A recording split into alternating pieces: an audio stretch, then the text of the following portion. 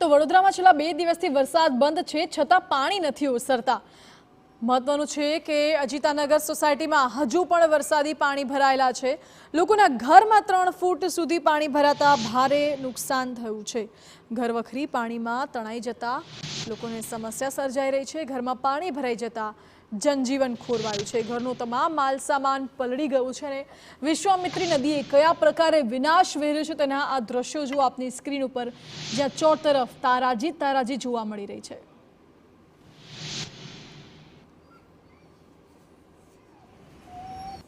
વડોદરા શહેરમાં વિશ્વામિત્રી નદીના પાણી જે રીતે ફરી વળ્યા હતા તેને કારણે ભારે તબાહી સર્જાઈ છે।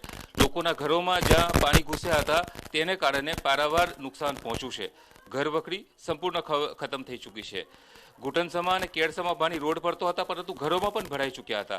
આવા જ એક વિસ્તારની અંદર અમે અત્યારે પહોંચ્યા છે। સમા સાવલી રોડ ઉપર આવેલ કારેલીબાગની અજીતાનગર સોસાયટી જે છે ત્યાંના એક મકાનની અંદર કે જ્યાં એક મહિલા એકલા રહેતા હતા। તેઓના સંતાનો બહાર છે અને એકલા કેવી રીતે તેઓએ પરિસ્થિતિ ગુજારી તેના દ્રશ્યો ઉપરથી જ અંદાજો લગાવી શકાય છે। ઘરવખરી સંપૂર્ણ ખતમ થઈ ચૂકી છે। ગ્રાઉન્ડ ફ્લોરનું મકાન છે સોસાયટીનું અને એકેય રૂમની અંદર એવા દ્રશ્યો બાકી નથી કે જ્યાં પાણી ન ઘૂસ્યું હોય અને ઘરવખરી સંપૂર્ણ રીતે ખતમ થઈ ચૂકી છે। જે રાચ રચેલું હોય, વાસણો હોય કે કિચનની અંદરની ચીજ વસ્તુ હોય, તમામ સંપૂર્ણ નષ્ટ થઈ ચૂકી છે।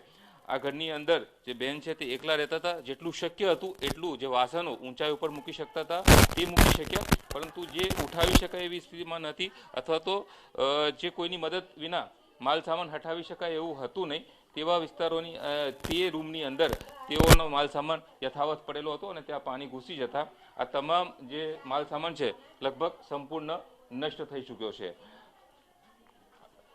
એકેય ઘરનો રૂમ બાકી નથી કે જ્યાં આ પ્રકારની પરિસ્થિતિ ના હોય। હજુ પણ પાણી ઘરની અંદર છે।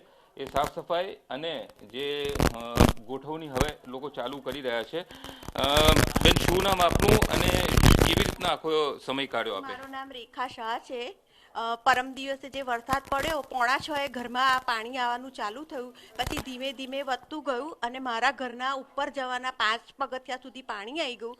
4 પગથિયા સુધી હતું ત્યારે તો ગળા સુધી પાણી હતું અને ઘરની બહાર હું નીકળી, સામેવાળા મને લઈ ગયા અને મારા ટીવી, ફ્રીજ દરેક વસ્તુ ડેમેજ થઈ છે। ટેબલ ઉપર મૂકેલા વાસણો એમાં બી પાણી, પ્લેટફોર્મ ને બહારનું લેવલ બધું જ સરખું થઈ ગયું છે અને એ વખતે અત્યારે મને ઘરમાં આવી તો મને એવું થયું કે આ બધું આટલું નુકસાન થયું છે, મારું કઈ રીતે સર્વાઈવ થશે, બધું કઈ રીતે હું બધું કરીશ। મારું ટીવી એટલું હેંગ કરેલું છે, ટીવી અડધે સુધી ડૂબી ગયું, એટલું પાણી ઘરમાં હતું। ઘરમાં એકલા હતા, કેવી રીતે આખો સમય પસાર કર્યો? ક્યાં છે બધા આપણા? હું એકલી જ છું। મારા બંને દીકરાઓ બહાર છે અને હું કેબિન ઉપર બેસી રહી। થોડીક વાર ટેરેસ ઉપર ગઈ પણ વરસાદ પડવા માંડ્યો એટલે હું પાછીથી કેબિનમાં આવી અને પછી મારી સહન કરવાની શક્તિ જતી રહી। મારું બેઝિન બી ડૂબી ગયું એટલે પછી મને એવું થયું કે હવે મારાથી નહીં રહેવાય, એટલે સામેવાળા મને બોલાય કરતા હતા, મને પકડીને લઈ ગયા કારણ કે રોડ ઉપર બી મને અહીંયા સુધીનું પાણી આવી ગયું હતું। માલ સામાન તો જતો રહ્યો, જીવ બચી ગયો છે, કેટલો કુદરતનો પાડ માનો છો? ખૂબ પાડ માનું છું મારા શ્રીજી બાવાનો કે મારા શ્રીજી બાવાની હું બહુ જ સેવા કરું છું, પૂનમ ભરું છું। એમણે મને બચાવી। મારા ગણપતિ બાપા તરતા હતા એ બી ડેમેજ થઈ ગયા, મારું મંદિર પડી ગયું, મારા બધા ઠાકોરજી નીચે પડી ગયા છે। ભગવાને જરૂરથી બચાવ્યો પરંતુ તંત્ર તો મદદે ના આવ્યું? જરાય નહીં। તંત્રને તો હું ગાળ દઉં ને તો બી ઓછી છે કે એ લોકો જ્યારે જરૂર હોય ત્યારે બધું આવે છે। અત્યારે રોડ ઉપર એટલી બધી ગંદકી છે, અમે લોકોએ રોડ સાફ કર્યા, બરાબર છે। હવે એ ગંદકી હોત આટલી બધી ગંદકીમાં અમારે ત્યાં જ રહેવાનું, ઘર સાફ કરીએ કે અમે બહારની ગંદકી જોઈએ, અમને ડેન્ગ્યુ, મચ્છર કરડે, મલેરિયા ને બધું થઈ જાય। અને તમને તંત્રને વોટ લેવો હોય છે તો ફટફટ અમારી પાસે આવે છે, અમે ટેક્સ ફટાફટ ભરીએ, લાઇટનું બિલ ના ભરાય તો કનેક્શન કાપી કાઢે છે। તો આ બધાની જવાબદારી કોણ? જવાબદારી શું સરકારની? લોકો સવાલ પૂછી રહ્યા છે તંત્રને। તંત્રના સત્તાધીશોના પાપે આ પરિસ્થિતિનો સામનો કરવો પડ્યો છે।